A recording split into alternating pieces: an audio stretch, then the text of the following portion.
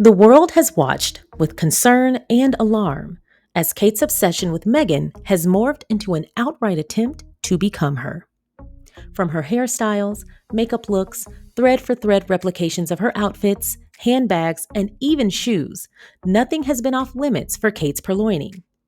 Kate's attempt to walk in Meghan's footsteps has been done so often that it led to the coining of the term Copykate. Despite recent attempts from the Daily Fail to repurpose the term, the proof is in the pictures. The many pictures of Kate cosplaying as Meghan's shadow. But to be fair, it's her much less stylish shadow, so we can clearly see the difference. Well, recently, due to the deprivatization of Kate's former assistant's Instagram, evidence has surfaced of Kate's cronies keeping tabs on the Duchess of Sussex and her style team. Let's get into it.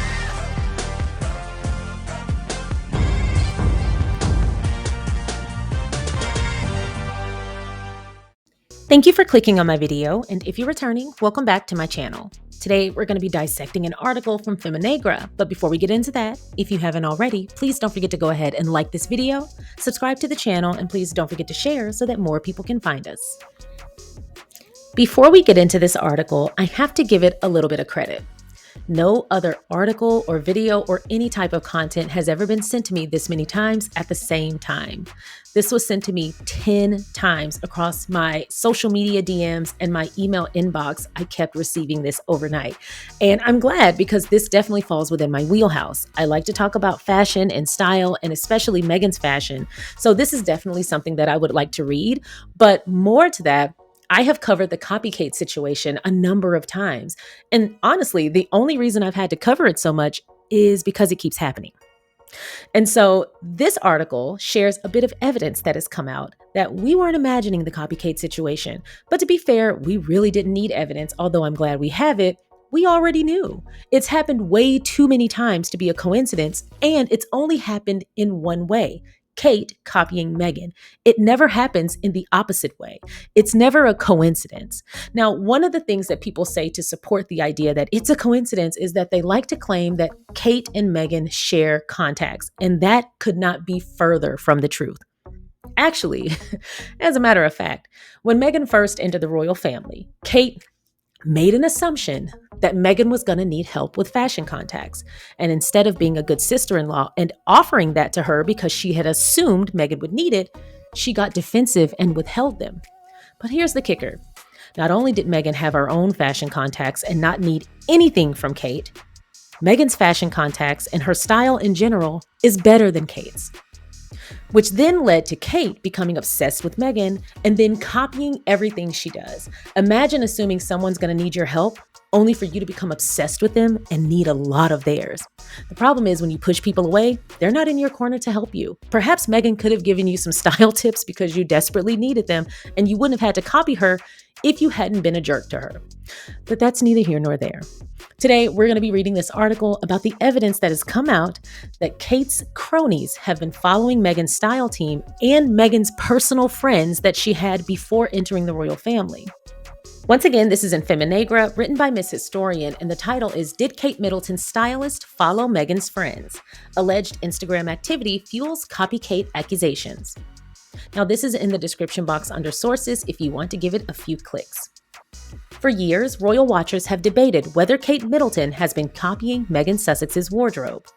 Social media timelines filled with side-by-side images, commentators flagged repeated overlaps in style, tone, and presentation. The palace stayed silent. The press framed it as a coincidence, but now an Instagram account allegedly belonging to Kate's longtime stylist may have pulled back the curtain.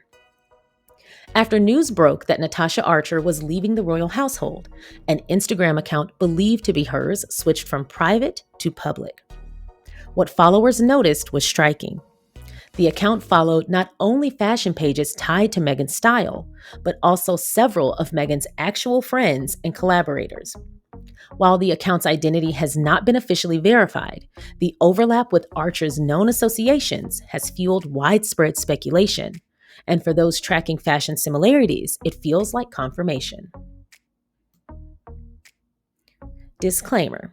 While the Instagram account discussed in this article has not been independently confirmed as belonging to Natasha Archer, multiple royal watchers have noted its appearance, timing, and follow list following her reported departure from the Wales household. This article presents public observations and commentary based on that information. Natasha Archer shaped the Kate effect. Natasha Archer joined the royal household in 2010 and helped build what became known as the so-called Kate effect. She styled Kate through a decade of high-profile events, foreign tours, and photo ops.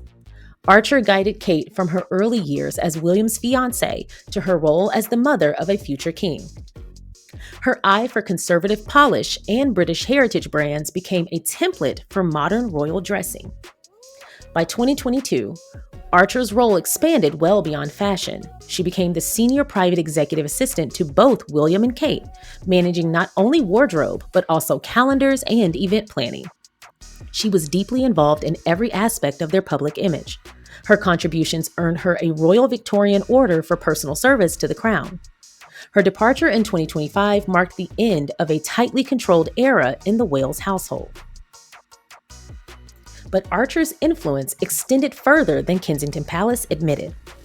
According to Finding Freedom, royal aides said Meghan's arrival felt like a rocket and prompted major shifts. Kate's team encouraged her to become more active in engagements. Her fashion also began to shift. Gone were the coat dresses and tights. In came pantsuits, structured tailoring, and monochrome neutrals. The evolution looked familiar. It looked like Meghan. The Instagram follow says everything. When Archer unlocked her Instagram account, users quickly noticed something odd. She wasn't just following royal commentators or general fashion pages. Archer followed What Meghan Wore, a fan archive dedicated to Meghan Sussex's outfits. She also followed Daniel Martin, Abigail Spencer, Mandana Dayani, Delphina Blacquier, and Heather Dorak. Those aren't just names, they are Meghan's real-life friends. Fans have always suspected the royal household paid close attention to Meghan's every move. Archer's Instagram follows prove it. To observers, this didn't look like casual interest, it looked like research. The same people who helped Meghan craft her personal style were being watched closely by the woman responsible for curating Kate's image. That matters, because it shows the fashion shift wasn't just inspired, it was informed. Archer's timeline, once private, revealed the very sources that may have guided Kate's updated style. This is how modern image making works. Stylists track trends, monitor feedback, and adapt accordingly. But when that adaptation directly mirrors someone else's signature look, it becomes something else entirely. Copying patterns have been public for years. Meghan wore a white pantsuit, and Kate would then wear an almost identical look sometime later. Meghan paired camel tones with modern tailoring in early 2020. Kate followed with the same palette and silhouettes not long after. Meghan styled wide-leg trousers, sleek belts, and dark turtlenecks. Kate picked up the formula and wore it to school visits and charity events. Even in evening wear, the parallels hold. Meghan wore a turquoise one-shoulder gown by Christopher John Rogers to the NAACP Image Awards. Kate appeared in a near match 1 year later at Eurovision presentation. Meghan was mocked for her low buns and structured fascinators. Kate adopted both, and the media applauded her for the same hairstyle.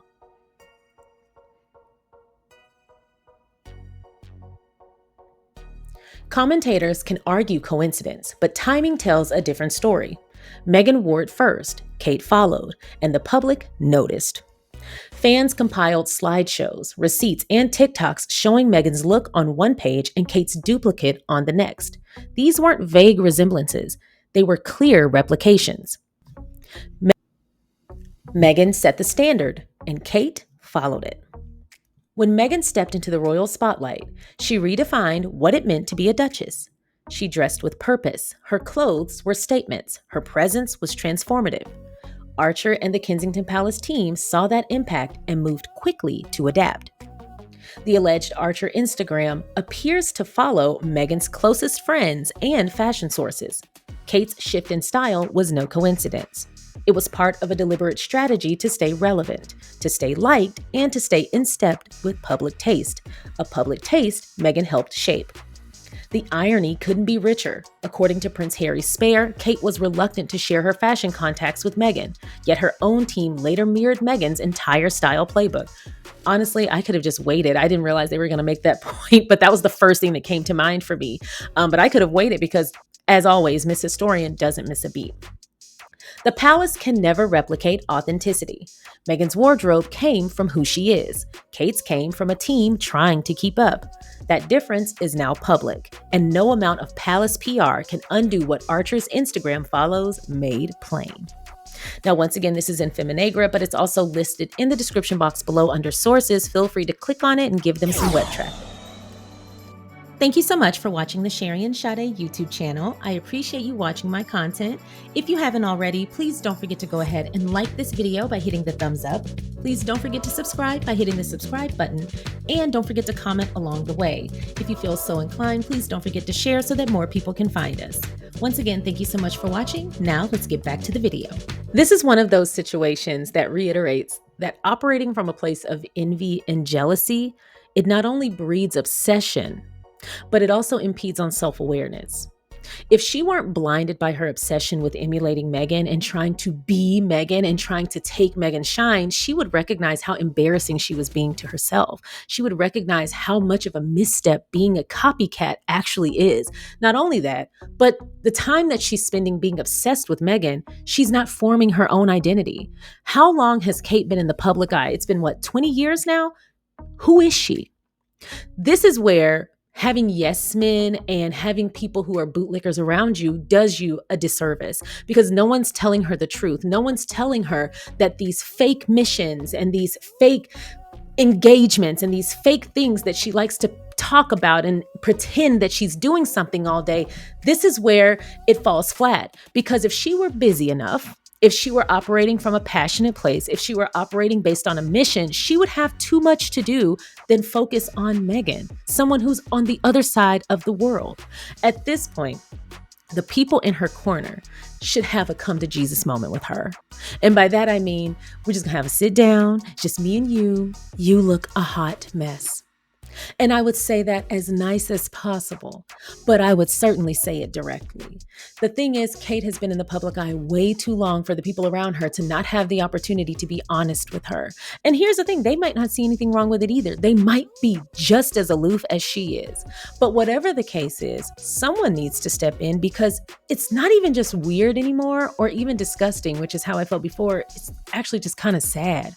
And if I had any empathy for her, which I don't, I might feel sad for her. But to be fair, this is kind of what she deserves. And here's the thing about copying someone else. You can't move until they do. So no matter how well you copy someone, no matter how you dress it up or dress it down or change it, etc., when you copy someone else, you are signing up to always be second place. But that might not be the worst thing for her, because she signed up for a life always being a step behind other people, even her own kids. But here's the thing. I'm not attacking Kate. I'm simply telling the truth about something that Kate is doing. And Kate is copying Meghan. I don't care how many people try to say it's a coincidence. I don't care how many people try to say it's a misunderstanding. I don't care how many people try to say this, that, or the third. They know damn well Kate is copying her, and she's doing a terrible job at it. All the time that she's spending obsessing over Meghan, she could literally be creating an identity. She could be creating something that actually matters. She could become something all her own within that whole family. She doesn't have to just be a shadow of her husband, a shadow of her kids, a shadow of the queen consort, a shadow of her sister-in-law. She doesn't have to just be that. She's choosing to be that. Now, one of the things that I think the royal family forgets is that the public's memory is very long, and technology has enabled us to always hold others accountable with receipts. We have dates and timestamps and replicas and copies. We have all kinds of receipts. The fact that they think they can pull the wool over our eyes, and if Kate's wearing the wool, it's probably very itchy and very cheap and very raggedy, but they try to pull the wool over our eyes to make us truly forget that Meghan came first. But when you have someone who is literally dressing like a baby doll, and then suddenly they're trying to dress like a professional, but they don't have a job to match that profession, people are going to raise an eyebrow. It couldn't have been more obvious. Now, here's the thing. if she were going to copy, I don't understand why she didn't try to go about it in at least a more subtle way, like add more pants this month or this couple of months, and then add more turtlenecks the next couple of months. And next year we're going to start doing the long coats. We haven't done them before, but we're going to start doing trenches, and then we're going to start. Like, at no point did anyone say subtlety is the way. But this is what happens when you embark on a one-sided competition. Being so focused on a one-sided competition that you put on blinders and you get tunnel vision and you can't see just how embarrassing you're actually being to yourself. You can't see that not only am I not winning the competition, I lost before it even began. One of the things that's kind of a disappointment about Kate, not that I had expectations of her, because I've never really just fallen into the Kate effect and just really bought into her. I watched their wedding because that was a thing that was on TV, and I was like, oh, cool, Diana's son got married. And that was probably the beginning and the end of my knowledge of Kate until all of this happened. And one thing that I will say that actually strikes me as kind of sad about this whole situation, not just the Copykate, but just Kate's presence in the royal family, is that she has access to resources and people and things and organizations. And she has a platform, a built-in platform. She joined a family with a global platform, and she could use those things to actually make an impact on the world. But instead, just like her husband, they're choosing to do the least amount of work possible, but they want all the credit of the people who are actually making an impact. And that's Harry and Meghan, making an impact on a platform they built themselves. When the rest of the world was rooting for them to fail, they not only proved their haters wrong, they exceeded expectations. Even to the point where now even their haters have to be honest about, like, well, I mean, they are doing good work, but I still don't like them. And honestly, when they say things like that, you're just telling us just how idiotic you actually are. And we don't care about your opinion one way or the other. But back to the copiers. Kate isn't that different from William. William has always been very competitive with Harry. Kate's been very competitive with the women in her life, not just Meghan. Apparently, she has a problem with being in like silent competitions with other women, and it's because she's male-centered and she doesn't have an identity outside of the man that she's been positioning herself to marry her whole life, thanks to her mom. But that's neither here nor there. If she were to focus a fraction of the effort and the attention that she's putting into this one-sided competition that she is still losing and will never win, she could actually do something that's worthwhile. She could become a woman of substance, a person of substance. She could actually make a difference. She could build her platform on things that she actually cares about. But I'm wondering, does she know enough about the world, or is she interested or invested in enough about the world to even care about things outside of palace walls? She still has time to turn things around and be known for something other than giving birth or getting married. And nothing is wrong with those things. Building a family, building a legacy, those things are beautiful. But you still have to have an identity. Those things aren't your identity. They're parts of your life. But who are you beyond that? Who are you beyond the competition with your sister-in-law? Who are you beyond who you married? Who are you beyond your obsession with your husband's brother? Who are you beyond trying to emulate your husband's mom and his grandmother? Who are you? A moving mannequin. Well, that's all I have for y'all today. Thank you, Feminagra, for an excellent article. And as always, Ms. Historian pulling the receipts left and right. I never go wrong when I read a Feminagra article. That's not an ad. That sounded very much like an advertisement. I didn't mean for it to sound like that. They don't pay me. But no, I never go wrong. Anytime I log on to their website or receive one of their articles in my DMs, I'm like, they continue to impress me. And this is refreshing because y'all know I have sworn by some publications and then they always let me down. This is the first time it's not happened. I'm patting them on the back right now. So that's all I have for y'all. I hope you enjoyed this video. I am so excited to read your comments in the live chat and in the comment section below. So please feel free to share your thoughts. If you haven't already, please don't forget to go ahead and like, subscribe, and share. And I'll see y'all next time. Bye.